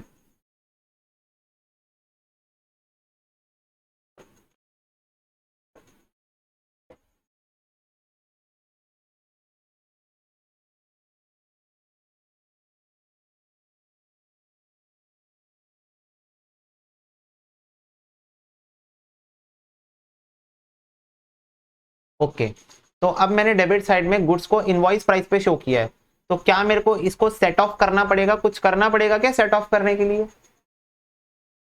अननेसेसरी प्रॉफिट दिख रहा है, डेबिट अननेसेसरी बढ़ा हुआ दिख रहा है अमाउंट, डेबिट साइड में अननेसेसरी प्रॉफिट अमाउंट बढ़ा हुआ दिख रहा है, क्रेडिट करना पड़ेगा। क्या क्रेडिट करना पड़ेगा? जितने से अमाउंट बढ़ा हुआ है। तो बताओ 1500 का आइटम में 2000 में भेजा हूं, तो कितने से बढ़ा हुआ है ये? पर यूनिट कितने रुपए से बढ़ा हुआ है ये? 500 रुपए से।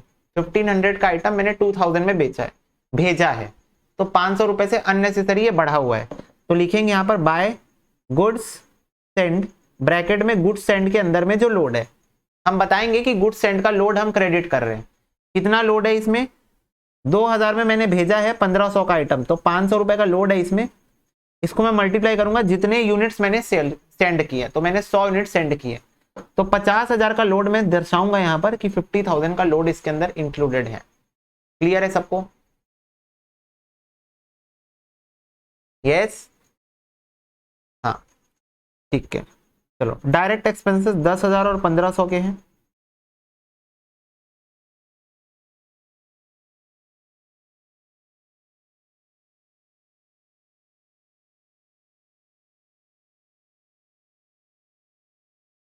$11,500, ठीक है, डायरेक्ट एक्सपेंसेस बाय कंसाइनर। आगे बढ़ो, 10 यूनिट जो हैं वो डिस्ट्रॉय हो गए हैं during transit, 10 shoes completely destroyed. एक मिनट, कहाँ लिखा था? हाँ, टोटली डैमेज। बच्चों क्वेश्चन कुछ नहीं मेंशन कर रहा है, नॉर्मल लॉ से क्या अब नॉर्मल लॉ से बताओगे मेरे को? नॉर्मल लॉ से क्या अब नॉर्मल लॉ से? अब नॉर्मल लॉ से, वेरी गुड। तो ये देखो, चलो हम लोग करेंगे यहाँ पर कैलकुलेशन ऑफ अब नॉर्मल लॉस।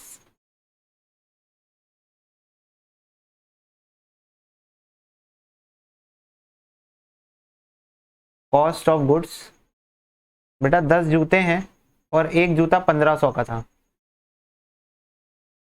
फ्रेट, फ्रेट और इंश्योरेंस दो ही खर्चे हैं ना, 10,000 और 1500। बेटा 10,000 रुपये मैंने कितने जूते के ऊपर खर्चा किया? 10,000 मैंने कितने जूतों के ऊपर खर्चा किया? बोलो ना।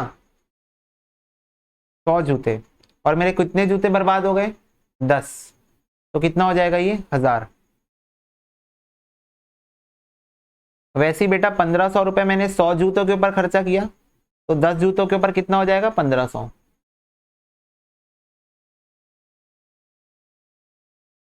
1500 नहीं, सॉरी बेटा, 150, 150, हाँ। तो ये कितना हो जाएगा? 16,150 एब नॉर्मल लॉस। क्लियर है सबको? हाँ बोल दो ताकि मैं आगे बढ़ जाऊं। क्लियर है सबको? यस। किस पे वैल्यू किया मैं एब नॉर्मल लॉस को? क्या मैं इस पे वैल्यू किया हूँ इनवॉइस प्राइस पे, कि कॉस्ट पे वैल्यू किया हूँ? किस पे वैल्यू किया? कॉस्ट पे वैल्यू किया, क्योंकि जेन्युइनली मेरा 16,150 का लॉस हुआ है। ठीक है, तो यहां लिख दूंगा बाय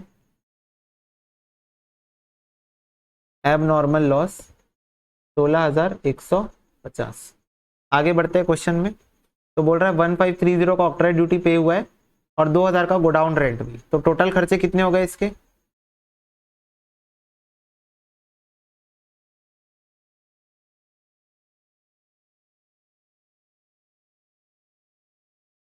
₹3,530। ठीक है, ठीक है, एक ये वाला 1530 और एक 2000 का। 50,000 का एडवांस पे किया है। ठीक है, एडवांस की एंट्री तो उसके अकाउंट में आएगी। किसके थ्रू पे किया है? Bank draft, by bank.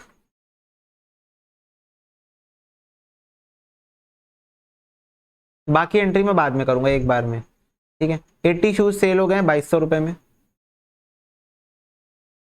Bye Adidas and company. 80 shoes 2200 में। सेल्स कितना हो गया बताओ? 80 इंटू 2200 कितना होगा बताओ?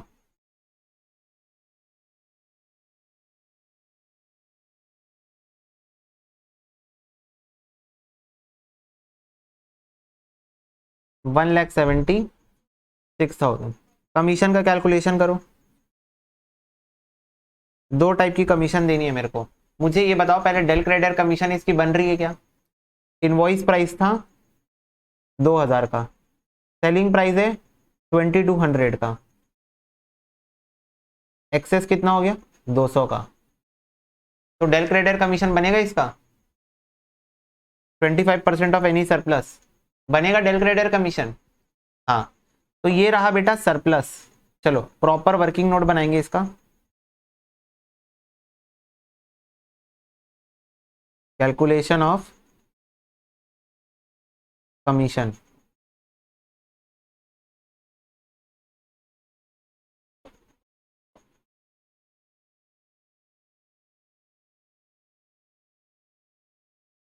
Ordinary commission,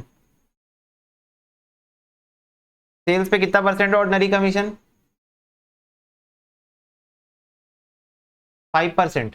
sorry, 5% invoice price पे है बेटा, सेल्स पे नहीं है। 5% इनवॉइस प्राइस पे। तो इनवॉइस प्राइस मतलब कितना आ जाएगा? 2000। 2000 रुपए, 80 यूनिट बेच दिए, इसका 5%। आई बात समझ में? ये इनवॉइस प्राइस है, तो इनवॉइस प्राइस का 5%। क्लियर है? बोल रहा है 5% इनवॉइस प्राइस पे देंगे। तो इनवॉइस प्राइस तो मेरी 2000 है, तो 2000 80 यूनिट सेल हो गए इंटू 5%, ये हो गई ऑर्डिनरी कमीशन। फिर आएगा ओवर राइडिंग कमीशन।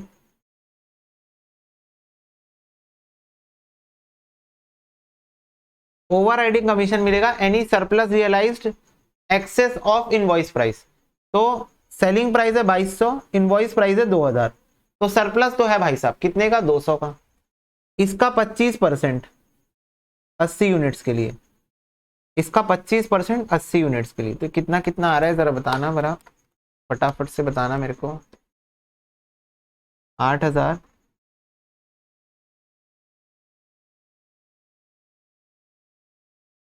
4000।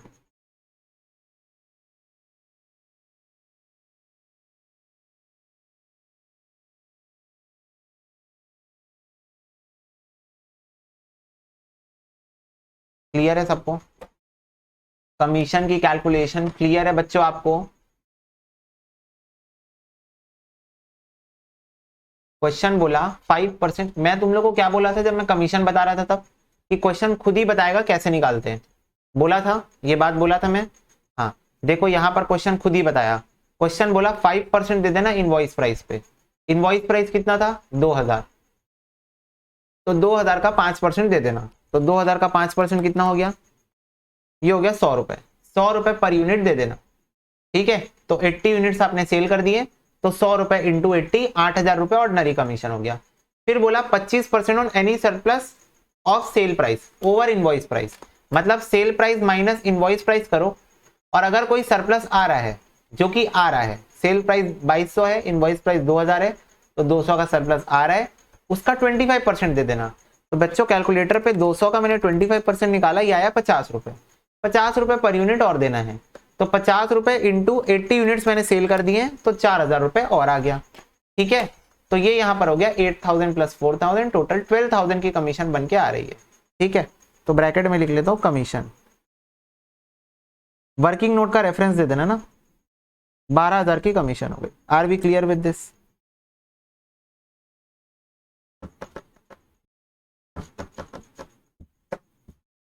क्लियर है? अब मुझे ये जानना है क्या कोई क्लोजिंग स्टॉक होगा। 100 जूते भेजा था, 10 जूते खराब हो गए, मतलब 90 बच गए।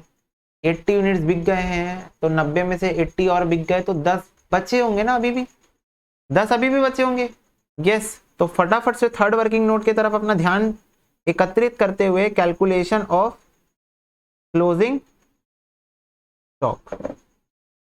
100 जूते बेचा था, सेंड, 10 लॉस हो गए, 80 सेल हो गए, तो 10 बचा है क्लोजिंग स्टॉक। ठीक है, 10 बचा है क्लोजिंग स्टॉक। तो स्टार्ट करते हैं।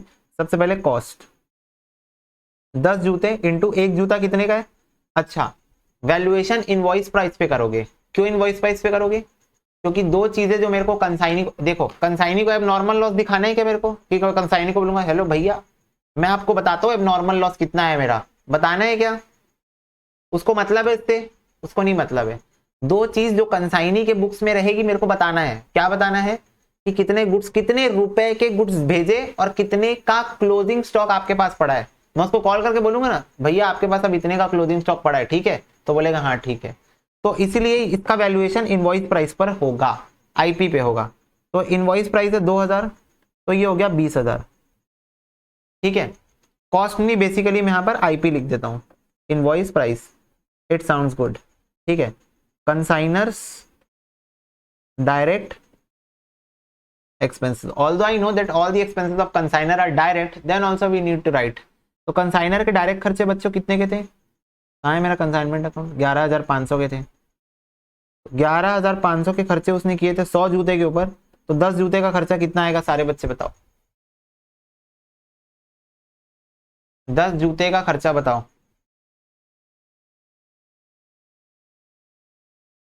1150, 1150। कंसाइनीज डायरेक्ट एक्सपेंसेस, कंसाइनी के डायरेक्ट एक्सपेंसेस कितने बच्चा पार्टी? एक ही है क्या?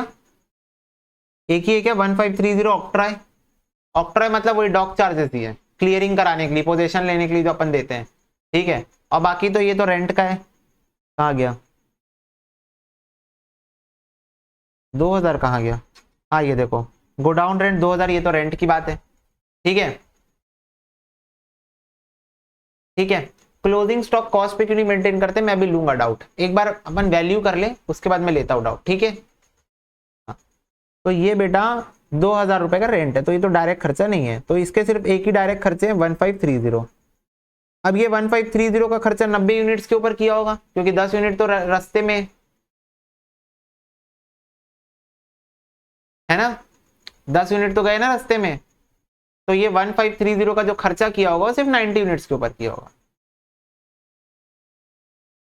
बोलो जी हाँ। ठीक है, इंटू 10 तो कितना हो गया ये? 170। तो बताओ कितना हो गया क्लोजिंग स्टॉक? टोटल बताओ बच्चों, क्लोजिंग स्टॉक कितना आ गया?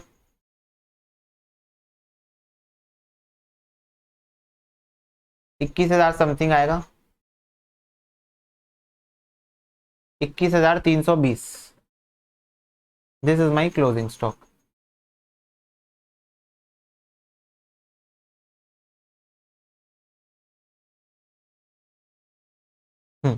अब एक डाउट आया था कि भैया हम लोगों के पास जब हमारे बुक्स ऑफ अकाउंट्स मेरे पास रहेगी, मेरे पास है ना, मेरे बुक्स में है, और कंसाइनी कौन सा अपने शहर से आके मेरी बुक्स ऑफ अकाउंट्स खंगालेगा कि दिखाओ, और मैं उसको कौन सा दिखा दूंगा मांगेगा तो। ठीक है, तो हम लोग इसको कॉस्ट पे वैल्यू क्यों नहीं कर रहे हैं? ओके, तो मैं आपको बताता हूँ। कंसाइनमेंट अकाउंट के अंदर की 3 ऐसी चीजें जो कंसाइनी को पता होनी ही चाहिए, बाकी सारी चीजें तो फिर भी सेकेंडरी है, पर प्राइमरी चीजें। पहला कि कितने के गुड्स, कितने रुपए के गुड्स सेंड हुए। कितने रुपए के गुड्स सेंड हुए, तो हमको जो चीज उसको दिखानी है हमने उसको इनवॉइस प्राइस पे लिया, जो चीज हमें उसको दिखानी है हमने उसको इनवॉइस प्राइस पे लिया। यस। दूसरा सेल्स, तो सेल्स तो वो खुद ही कर रहा है, तो उसमें कोई बताने वाली बात ही नहीं उठी, क्योंकि उसका कमीशन उसी पे बेस्ड है, तो इसीलिए सेल्स तो खुद ही कर रहा है, तो बताने वाली कोई बात नहीं। तीसरी चीज, उसके पास जो गुड्स पड़ा हुआ है आज के डेट में उसकी वैल्यूएशन क्या है, तो वो मेरे से पूछेगा, मैं उसको बताऊंगा या कॉल करके सामने से, भैया ठीक है आज 31 अक्टूबर है, इतने का माल अभी आपके पास पड़ा है, राइट। तो अब मेरे को एक बात बताओ, इनवॉइस प्राइस पे मैं गुड्स को भेजा हूं और वैल्यूएशन, मेरे को क्लोजिंग स्टॉक की वैल्यूएशन इनवॉइस प्राइस पे करनी पड़ क्यों रही है, मैं ये बता रहा हूँ क्यों करनी पड़ रही है। और मैं उसको कॉल करके कॉस्ट प्राइस बता दूंगा क्लोजिंग स्टॉक की, हाँ भाई क्लोजिंग स्टॉक इतने का पड़ा है आपके पास, 16,320 रुपए का, ठीक है। तो बोलेगा यार 16,320 कैसे हुआ, मेरा हिसाब तो कुछ और कहता है। उधर से वो भी वैल्यू किया होगा ना क्लोजिंग स्टॉक की, और इधर से मैंने भी क्लोजिंग स्टॉक की वैल्यूएशन की, दोनों ने की है। उसका हिसाब बोल रहा है इनवॉइस प्राइस वाला, मेरा हिसाब बोल रहा है कॉस्ट प्राइस वाला, हो गई गड़बड़ी, होगी गड़बड़ी। बोलेगा भाई कुछ तो गड़बड़ है दया। तो इसीलिए हमको क्लोजिंग स्टॉक को भी इनवॉइस प्राइस पे वैल्यू करना पड़ता है, because we need to inform that. तो ये बेटा खूबसूरती है अकाउंटिंग की, यही खूबसूरती है कि अपने को इसको किस पे वैल्यू करना है, इनवॉइस प्राइस पे। आ रही बात समझ में। अब क्योंकि इनवॉइस प्राइस पे वैल्यू हुआ है तो इसका लोड भी हटाना पड़ेगा। तो अब ये क्रेडिट साइड में देखो, डेबिट साइड में लोड था तो उसको क्रेडिट करके हटाया, तो क्रेडिट साइड में लोड है तो उसको डेबिट करके हटाऊंगा। तो यहां लिखो टू क्लोजिंग स्टॉक रिजर्व।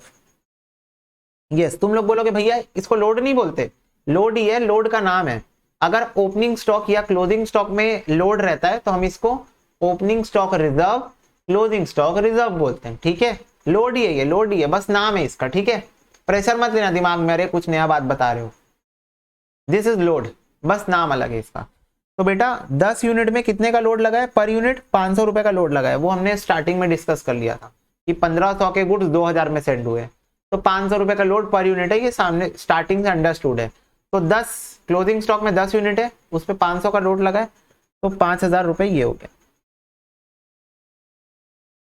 ठीक है। ठीक है बेटा, तो अब इसकी प्रॉफिट बताओ कितनी आ रही है, प्रॉफिट ही आएगी।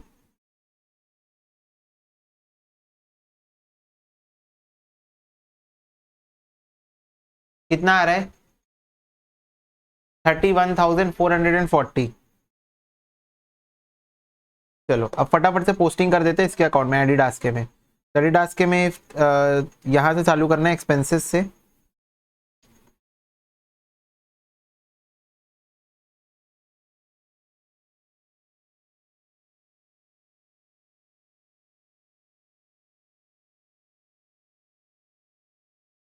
To consignment 1,76,000।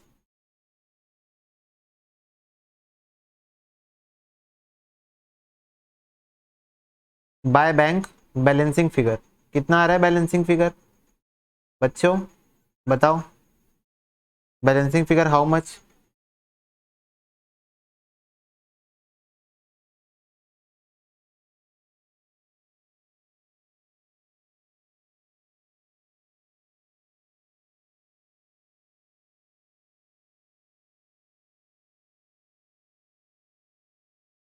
अरे बताओ ना कैसे कर रहे हो, how much time you will take.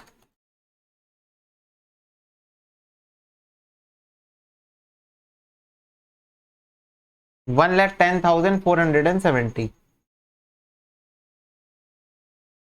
1,10,470, this is the amount which is going to be remit हो जाएगा, ठीक है डन है। अब प्यार से इस क्वेश्चन को नोट कर लो, मजेदार क्वेश्चन, 3 वर्किंग नोट, मेरे को तो बहुत पसंद आया क्वेश्चन। क्या आपको ये बात समझ में आई कि इनवॉइस प्राइस सिर्फ एक, वो बोलते हैं ना रेगिस्तान में एक वो दिखता है ना, क्या बोलते हैं, मिराज। क्या इनवॉइस प्राइस एक मिराज है, हाँ हमें समझ में आया भैया, इनवॉइस प्राइस एक मिराज है, ठीक है। तो 3 वर्किंग नोट के साथ एक क्वेश्चन बहुत अच्छे से, और ये प्रेजेंटेशन का सबसे बेस्ट तरीका, कितना प्यारा प्रेजेंटेशन है बताओ, कि जो भी मेन मेन पोर्शन है वो हम लोगों को यहाँ दिख रहे हैं अच्छे से, पूरा क्वेश्चन देखो साफ सुथरा कितना अच्छा दिख रहा है। नोट करो इसको फटाफट। ओके बच्चों, चलो देखो नेक्स्ट क्वेश्चन। ठीक है भैया, दिखाओ next question. Illustration number 5। Miss Rakhi consign कर रही है 1000 रेडियो सेट 900 रुपए ईच मिस गीता को। 1 जुलाई को मिस राखी इनकर करेगी फॉलोइंग एक्सपेंसेस फ्रेट और इंश्योरेंस का। गीता रिसीव कर रही 950 radio sets. An account cell dated 750 radio set 9 lakh में बिक गया और मिस गीता इनकर की है 10,500 कैरिएज का। ठीक है, मिस गीता एंटाइटल्ड है 6% कमीशन ऑन सेल्स की affected by her. She incurred expenses amount to 2,500 for repairing the damage radio sets remaining in the inventory. Miss Rakhi launch कर रही क्लेम इंश्योरेंस कंपनी से जो कि 35,000 रुपए में एडमिट हो गए। कंसाइनमेंट अकाउंट मिस गीता का अकाउंट शो करो in the books of miss Rakhi. ठीक है, तो राखी के बुक्स में बनाना है कंसाइनमेंट अकाउंट।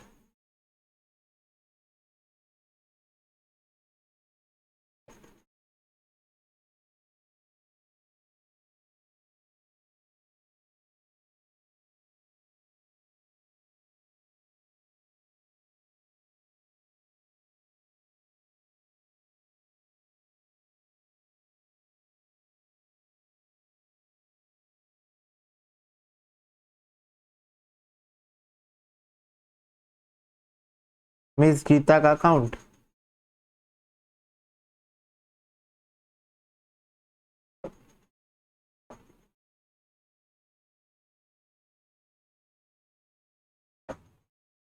चलो बेटा करें स्टार्ट। हाँ भैया, तो सबसे पहले 1000 रेडियो सेट बेच रहे हैं 900 रुपए वाला, क्या एंट्री हो जाएगी?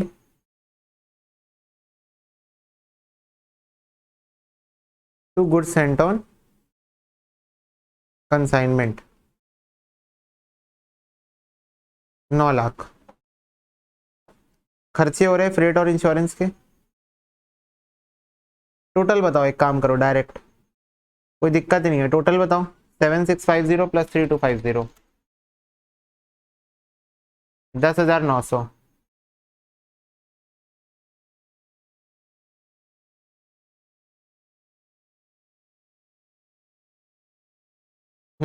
ठीक है, आगे देखो। 950 रेडियो सेट के मतलब इधर से देख लो यहाँ आते तक 50 रेडियो सेट गायब हो चुके हैं। अकाउंट सेल रिसीव हुआ है जिसे बता रहा है 750 रेडियो सेट 9 लाख रुपए में बेचती है। तो by miss Geeta 750 radio set से सेल हो चुके 9 लाख रुपए में। ठीक है, बोलो। Yes, abnormal loss.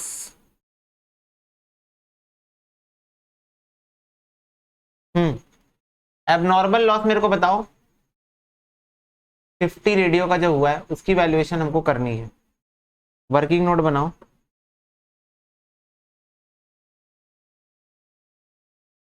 Calculation of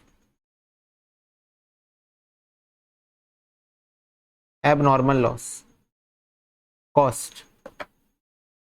900 रुपए का एक रेडियो सेट है, 50 इंटू 900 45,000। ठीक है, 45,000 की कॉस्ट हो गई। इसके बाद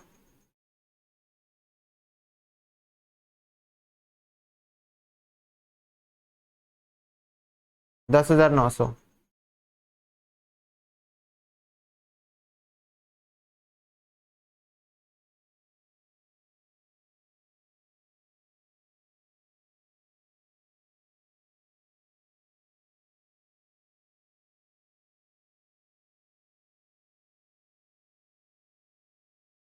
कितना आ रहा है ये?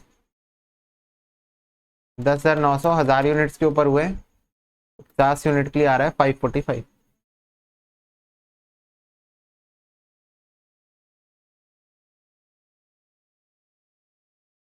ये हो गया एबनॉर्मल लॉस का वैल्यूएशन। अब बच्चों एक चीज और मैं तुम लोग को बता दूं, पिछले क्वेश्चन में अपन लास्ट लाइन पे एक चीज मैं बताना तुम लोगों को भूल गया था। इंश्योरेंस क्लेम सेटल हुआ है 14,000 रुपए में। इंश्योरेंस क्लेम जो लॉस हुआ है वो सेटल हुआ है 14,000 रुपए में। आ रही बात समझ में? बोलो। यस, तो ये इंश्योरेंस क्लेम को दिखाने के दो तरीके हैं हमारे पास। कौन से दो तरीके? कि पहला ये आप कर सकते हो, एक मिनट,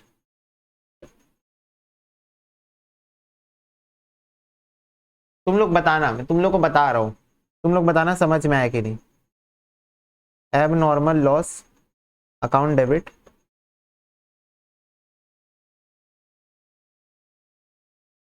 टू कंसाइनमेंट अकाउंट।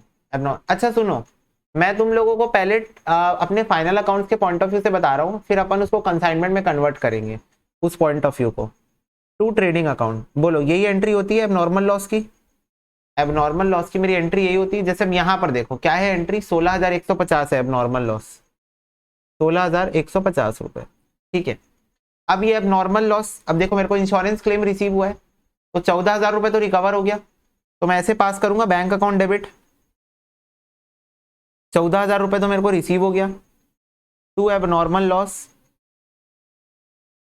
और एबनॉर्मल लॉस मेरा कितने का था, 16,150 का, तो ये जो 2,150 हुआ ये मेरा एक्चुअल में लॉस हुआ है ना, मेरा एक्चुअल में लॉस सिर्फ 2,150 का हुआ। अब मेरे को एक बात बताना, अगर बच्चों, अगर मैं क्या करूं, इस एंट्री को मैं कंबाइन कर दूं, इस एंट्री को मैं कंबाइन कर दूं, सुन रहे हो ध्यान से, तो एबनॉर्मल लॉस कैंसिल हो जाएगा, एंट्री क्या बनेगी मेरी, profit and loss account debit. अगर इंश्योरेंस कंपनी तुरंत पैसा दे रही तो बैंक लिखना, अगर इंश्योरेंस कंपनी तुरंत पैसा नहीं दे रही तो इंश्योरेंस कंपनी लिखना, insurance company account debit oblique bank account debit as the case may be. To trading account,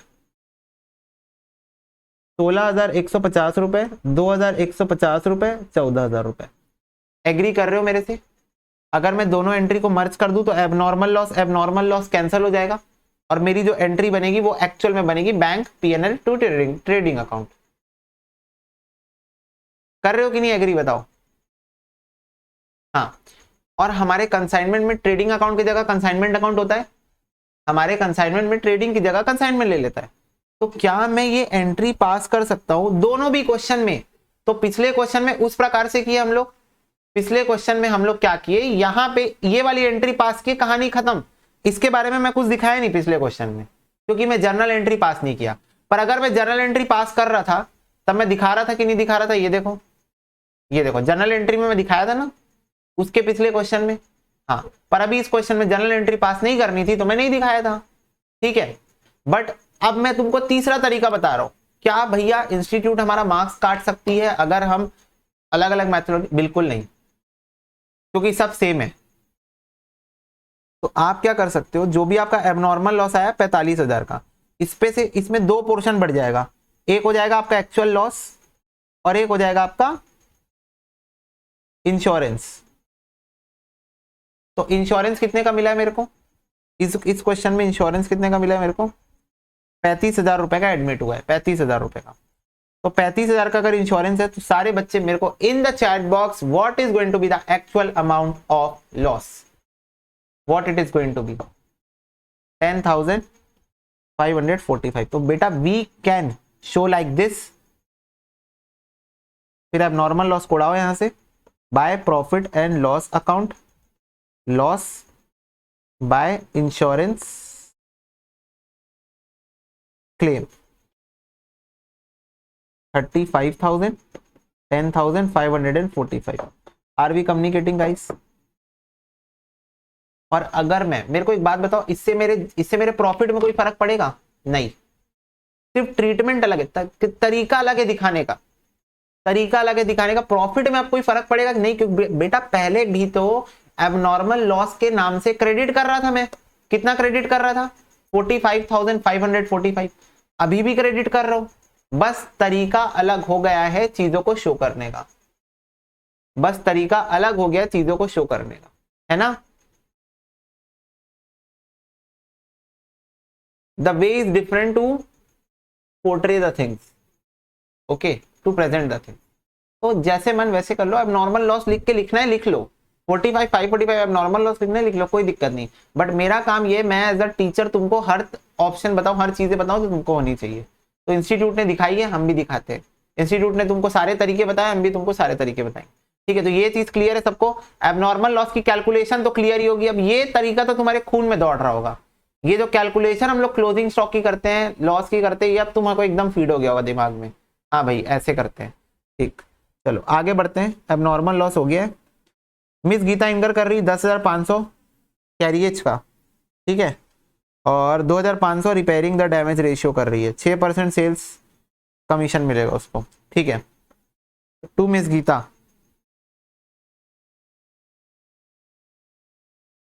क्या क्या खर्चा किए भाई? 10,500 का खर्चा किए उसके लिए, कैरियज के लिए, और 2,500 रिपेयर का खर्चा किए। तो टोटल कितना हो गया? ये कितना हो गया इसका खर्चा? कितना हो गया? 13,000।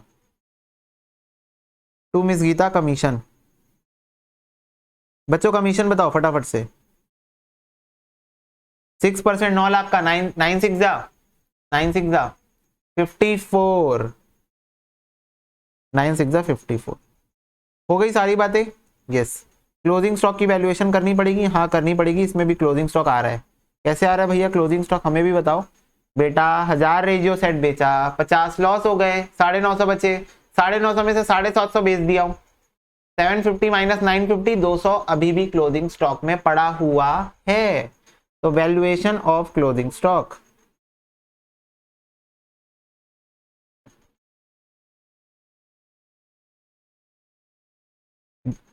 कॉस्ट। बेटा 200 रेडियो सेट से और एक रेडियो सेट 900 रुपए का, तो कितना हो गया cost? 1,80,000। Direct expenses by consignor,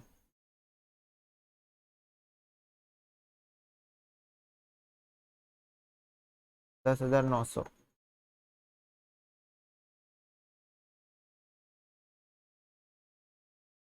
कितना आ रहा है?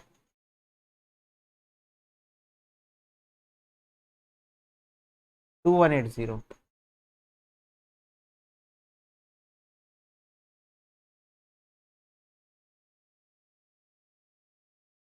इसके डायरेक्ट खर्चे कौन से? एक ही है बस, एक ही है ना डायरेक्ट खर्चा।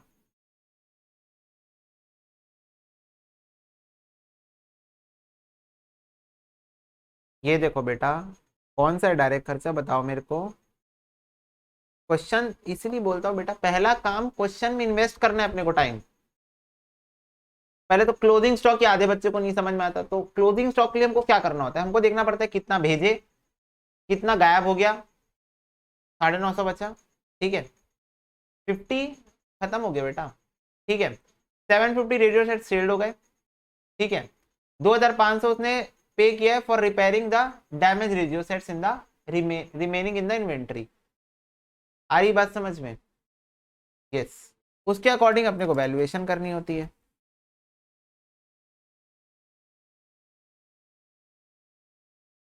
हाँ ठीक है, वेरी गुड, समझ गए। ओके, तो यहाँ मैं लिख देता हूँ डायरेक्ट। 2210.52 आ रहा है, 0.52 आ रहा है, तो मैंने इसको 2211 लिख सकते हैं, राउंड ऑफ कर सकते हैं, ठीक है। ठीक है ना, तुम लोग का भी वही आ रहा है ना? हाँ बेटे 10,500, 950 रेडियो सेट उसको रिसीव हुए, 200 क्लोजिंग स्टॉक में। उसको तो 950 रिसीव हुआ ना, तो ये 10,500 का खर्चा। अब ये सब चीजें तो तुम लोगों के दिमाग में चलनी चाहिए कि ये जो 10,500 का वो कैरियर्स का खर्चा की होगी, वो 950 रेडियो सेट में की होगी, क्योंकि miss Geeta receive 950 radio set. तो वो जब, मेरे को एक बात बताओ, तुम लोग अपनी फैमिली के साथ जाते हो कहीं घूमने, तो क्या तुमसे ऑटो वाले भैया पूछते हैं कितनी सवारी है? पूछते हैं। हाँ, और उसके अकॉर्डिंग फिर वो चार्ज करते हैं। तो वैसे ही बेटा ये 10,500 जब वो टेम्पो वाले से बात कर रहा होगा, तो जब वो गाड़ी वाले से बात कर रहा होगा, तो बताया होगा कि 950 यूनिट है, तो उसका कितना लगेगा? तो वो बोला था 10,500 लगेगा। तो इसीलिए कंसिडरेशन यूनिट्स कंसिडर करना बहुत इंपॉर्टेंट है यहाँ पर। तो 10,500 का खर्चा 950 यूनिट्स पे उसने किया होगा, क्योंकि उसको उतने ही रिसीव हुए, इंटू 200। ठीक है, तो ये 2211 हो गया। तो इसका बताओ टोटल कॉस्ट कितना आ रहा है बताओ।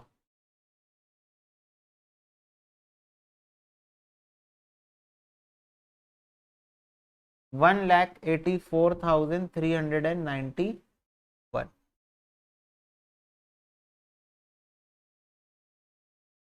प्रॉफिट बताओ।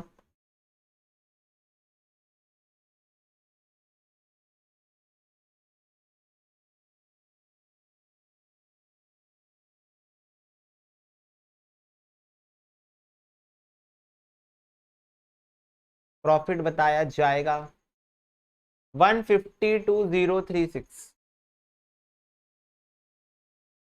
ओके चलो पोस्टिंग करते हैं मिस गीता के अकाउंट में। मिस गीता से मेरे को कोई एडवांस मिला है क्या? देखो ये पहला क्वेश्चन आया जिसमें कंसाइनी ने कोई एडवांस नहीं दिया है मेरे को, कुछ भी एडवांस के ऊपर बात ही नहीं की। मिस गीता ने बोली अरे हम तो भाई बाद में सेटल करते हैं, हम तो भैया बिजनेस होने के बाद काम करते हैं। ठीक है 13,000 रुपये।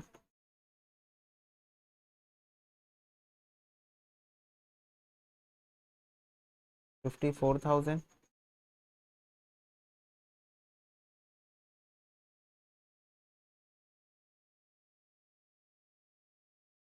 9 lakh. Okay what is remaining? Remaining बताओ।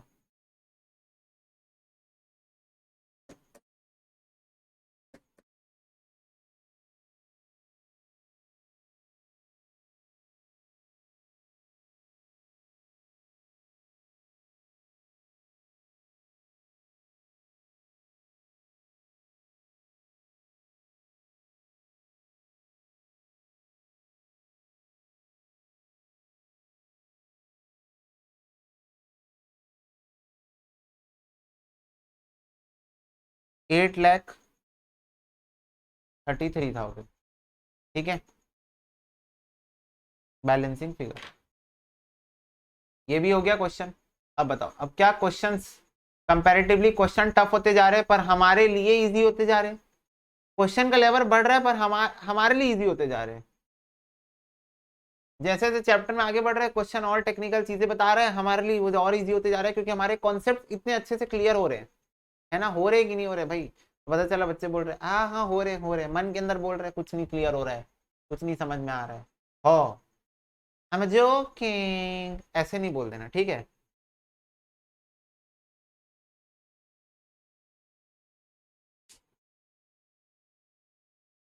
चलो इसको भी नोट कर लो, वर्किंग नोट भी नोट कर लो,